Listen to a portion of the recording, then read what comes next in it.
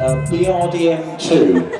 BRDM2, this particular variant of it, is what they call a chemical recce version, and it's one of these vehicles, probably about 7,000 made. It went all around the world. We've got one statistic that said it went to about 50 countries. Eastern Bloc, Soviet built, and they were supplying them all over the place. This particular one, hard to see, but underneath there's two wheels that go in the belly, and they can be lowered to help the vehicle cross rough ground. It's amphibious, and the whole idea in the first place, think of this as a wheeled version of our Scorpion reconnaissance vehicle, that sort of generation. It was a 1960s Cold War reconnaissance vehicle designed first for the Russian army, but all the Soviet bloc countries and lots of other countries got them all around the world.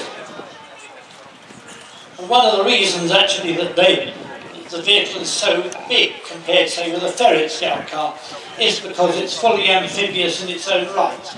It has a water jet system which enables it to be driven through the water without any preparation at all. You just open a flap at the back and you're off. And it has a splashboard at the front to cut down the spray.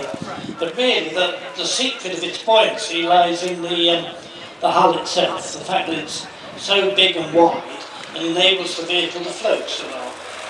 It's also fitted with a turret, as you can see, which normally houses a single machine gun, and a crew of sort of 4 maybe at the most, I should think. This version, the chemical recce version, some of you may be able to see on the rear there's some orange poles, and the idea was if chemical weapons had been used on the battlefield, vehicles like this were sent ahead to mark routes that had either been cleaned up or cleared up or were safe for the following troops to advance. So there's a system there on the back that they can actually fire those orange markers into the ground so that you know where you're going. It'll be a clear route up ahead of you. This vehicle, even though we actually have a number of them already in the collection, this one was very kindly donated to us by a private individual only a year ago, and it's in beautiful order inside, which for us is very good as well because it's actually got the radio stowed and is in a really fine working order, so thank you very much to the donor. There's another version of it. If you happen to be walking past our conservation centre, there's a privately owned version which is actually the anti-tank version, which has got what they call spandrel missiles, AT-5 spandrel missiles on the top. So it was another one of these vehicles you could use in a multitude of roles, so many different variations. And again, some of that was depending on the country. It was given to what they wanted to use it for. But as a generally ubiquitous armoured vehicle, it's still in service in a lot of countries around the world, even though very dated. First went into service way back in the 1960s. Well, next little display they've called Born in the USA, and it covers 3 vehicles really from the 60s that are key vehicles or were in the US Army. The first is the M60A1, which was about their equivalent at Chieftain. It's armed with the British 105mm gun, but like most American tanks at that time, it's built almost entirely from castings. A large cast turret, a cast hull. They've usually featured the Continental diesel with an automatic transmission and horizontal torsion bar suspension. A very impressive vehicle indeed in many ways. Usually with a separate component commander which had its own machine cabinet and enabled him to sweep the battlefield independently.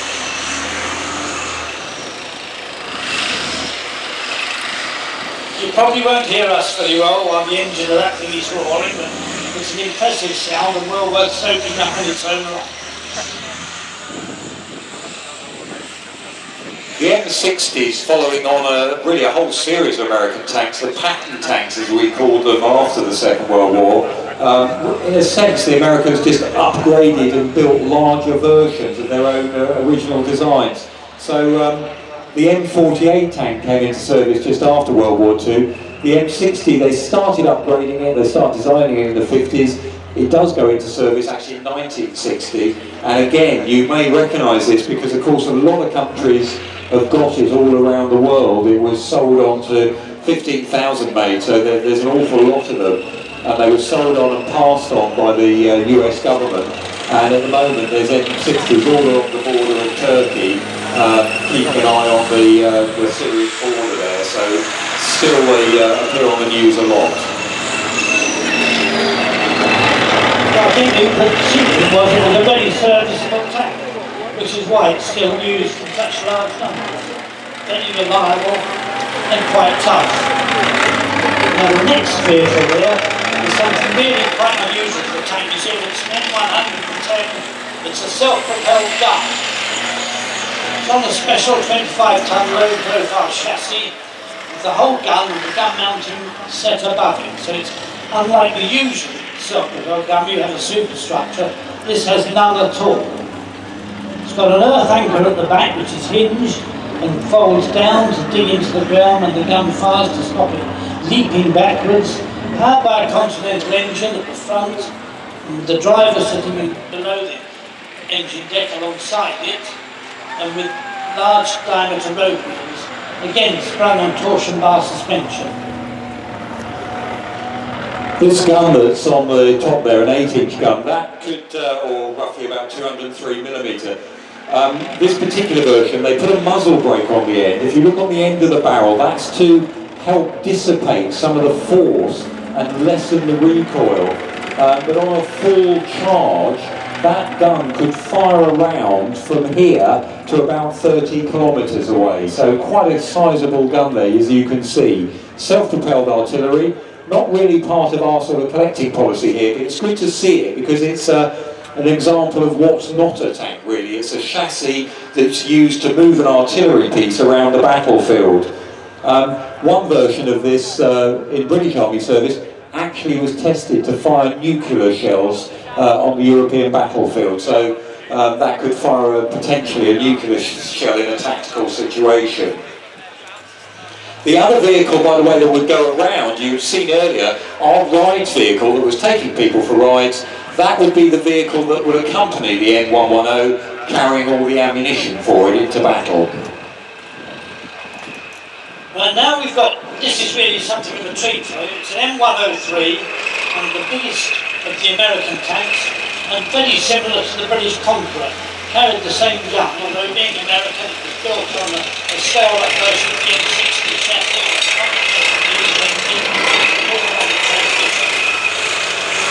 Really made it much more mobile than the Conqueror was.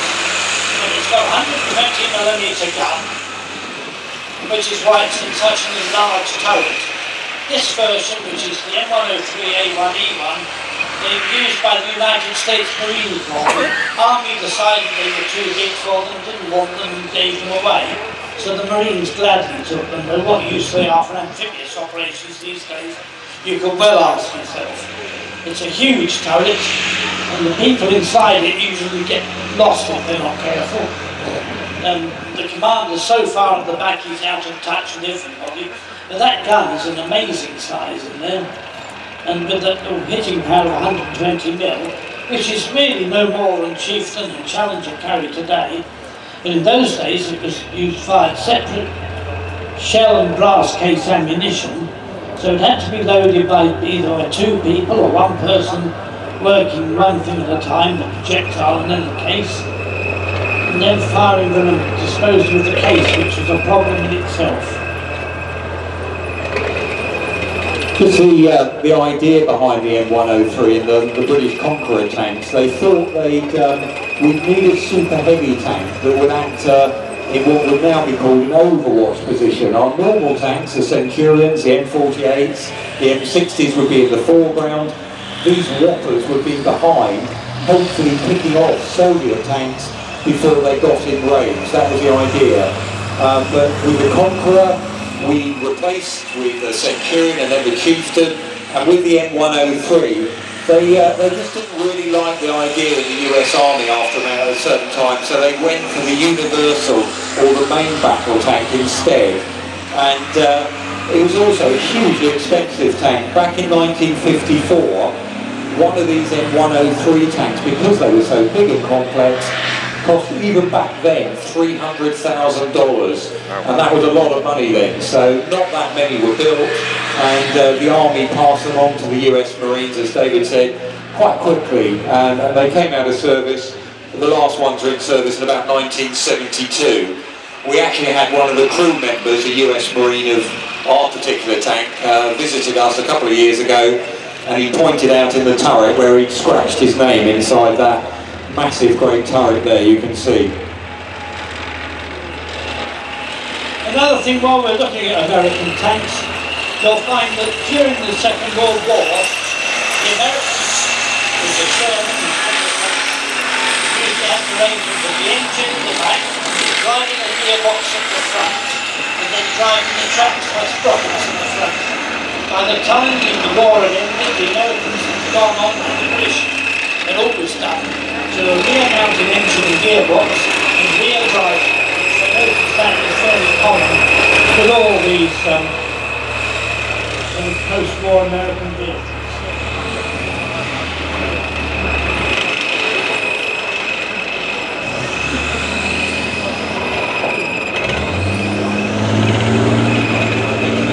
HMS Intrepid on the Beach landing craft, and saw service in the Falklands War, of course. Again, for that very important role of making sure flat-bottom landing craft, they can get back out to sea and pick up their next load. In theory, the bath can go in as deep as the top of the hull. That's one because the driver was well underwater. One member of the crew was trained as a diver, so he could go down with breathing apparatus on and attach lines to vehicles they were dragging out. One of the strange things is that the bar has been replaced in service by a similar vehicle, but based on the German Leopard. And it's about the only instance I know of what is in effect a Panzer serving in the British Army. Just don't let the newspapers hear that, that's all, they get totally upset. But that's why this particular vehicle carries a lifebelt, because it's really sort of half the time underwater, or in most of the water. One of the problems they had with the bath was that it tended to start floating after a while. They don't have a winch in them, which seems a bit odd to me, but they reckon they could manage by just pushing and towing. But it also meant that they became buoyant after going in the water for so long, and that wasn't a good idea, because you lose traction with your tracks. Like any Centurion, again it's powered by the Rolls-Royce Meteor engine, but the Centurion had an external suspension system, more or less like a horseman, using horizontal coil springs and 3 pairs of set of bogies on each side. You might just be able to see the driver. He's got a very thick glass screen. It's on the front of the vehicle, but of course his visibility is pretty poor. And there might be times as well, because if you go up to about 9 foot of water, there might be times he's literally swamped, so he will be just taking directions from the commander, who's in the top there. Little angled splashboard over the top, so that the idea being that any waves don't come that high, and don't of course flood the vehicle. There is a hatch on the top that they can close, but from the driver's sake, they try and keep that open just in case it does get flooded, so he can manoeuvre out very quickly. They only made, I've just checked my notes, they only made 12 of these baths, and there's a few of them still in preservation. But this one, we keep in running order here, and it's a lovely compliment to the Sherman bar from the Second World War. Yep. Another thing to look at on the bath is the pusher bar on the front, which is usually made up of hands of rope to make it fairly soft when it pushes against another vehicle, or a vessel, for example.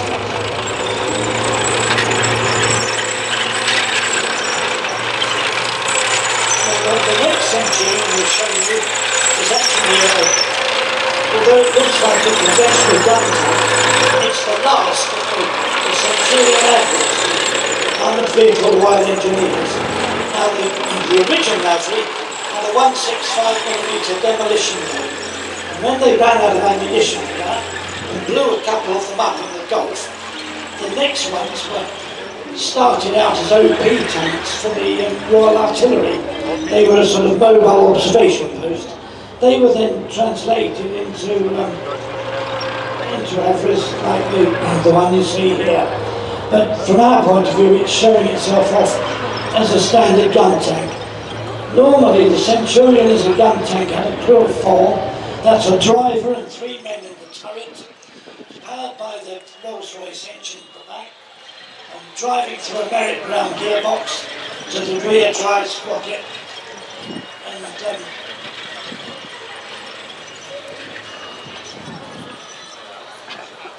one thing that happens here at the museum, we often have people come along and they say, oh, actually, I served in that vehicle.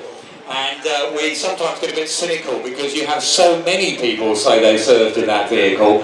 But then you only have to look at this one particular Centurion to realise an awful lot of men who have served in the army could well have served on this particular Centurion. We know it was built by British Leyland. It went into service on the 12th of August 1955. It was in BARR, that's the British Army of the Rhine, in March 1968. It went into a reserve there at one point in a depot.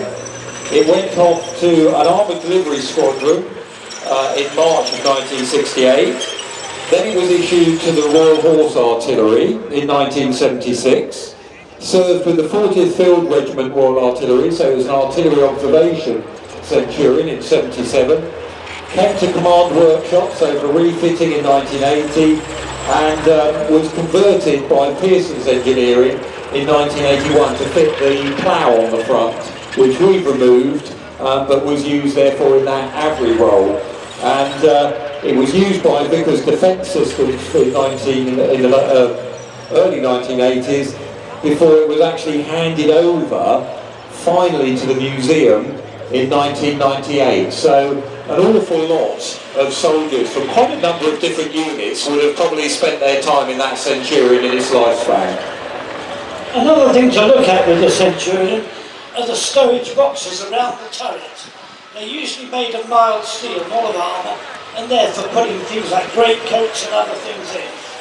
And they also have a large wire basket on the back of the turret, which you can also put stores in. All the stores are regarded as expendable in the event of action, but it's as safe and good a place as any to carry them when not, which that tank's got. You'll find that the number of stowage boxes on a British tank are normally quite large. It's just we like to carry as much of that creature comforts with us as possible, I think. There's, of course, Centurions are still in service with the South African Army, and many people view the Centurion as probably one of the greatest tanks ever built, served all around the world. It was about the last generation of tank that the crewmen themselves could relatively easily fix.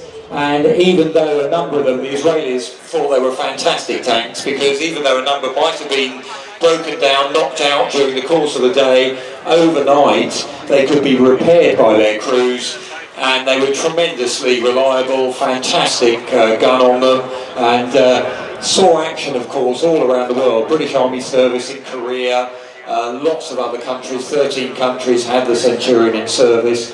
So it saw a fair old bit of action in its time, and the Israelis still have some converted Centurions in service, and the South Africans have a version they call the Oliphant, and again it's got extra armour bolted on the outside. Hard to tell underneath it all, it is actually still a Centurion. It's the automotive industry.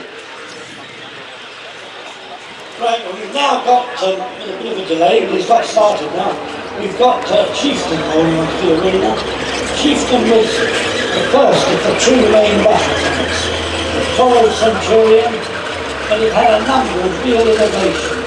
The first one was the driver. It was on a sort of sundown engine, almost a reclining seat, so that when the hatch is shut above him, he lies on his back and changes gear with his feet. The steers use their power to lead. They're not easy things to drive, you need more practice. The other thing was, they increased the size of the gun to 120mm, and in doing so, because it's such a big gun, they've come up with the idea of firing a projectile and having a shell case that was disposable. In other words, it's self-consuming. when you fired the gun, the shell case went a minute, blew out completely and was obliterated. That's what the other problem with them is the engine. They were powered by a Leyland L60. It's a 12 piston, 12 cylinders, it's a vertical opposed engine. It was what they called multi-fuel. It was supposed to run on anything from petrol to peanut butter, but they were basically used as diesel. And for a long time it was the Achilles heel of Chieftain, and they were always breaking down. They're not so bad now, but it means it's a very unusual tank, a very impressive tank. Chieftain, another one of those tanks, it was still the generation mainly of steel armour, so very, very thick steel on the front. Tremendously well-angled glacé plate, as they call it, that front bit by the driver. But later in its service life, as the Soviet tanks and anti-tank weaponry got bigger, more armour was added. So if you look on the front of this particular Chieftain, which is a late model, it's got what they called steel brew armour added either side of the main gun, almost like cheek pieces. And steel brew was at the time a secret armour, a laminate armour area, and that was put on the tank to give it that little bit of extra protection. Now coming on behind the Chieftain that's on the bow now, this is Challenger 1, and this was the first British tank that had got the new secret armour inside the vehicle. That's a laminate armour that we call chopper armour, and this was something that was designed at Chopper, just off the M3 back in the 60s by a British team, and they were putting together, they were trying to work out what's the best way of defeating incoming projectiles, and one of the things they came up with was a laminate that included ceramics. Even to this day, the proper formulation for chopper armour is still kept as top secret, but it's a layering system, and it has, for its weight and its size, a much better stopping potential than just straightforward steel. And they fitted it for the first time on a British tank, on a British production tank at Challenger 1, and it's one of the reasons why tanks look, modern tanks like they do, with this rather flat faceted surfaces, because you can't actually bend chopper armour. It's an armour that needs to be put together in flat packs, and so when you look at our Challenger 1 driving around, you're actually looking at a skin on the outside. That's a metal skin, and underneath that skin, that's where the secret chopper armour is.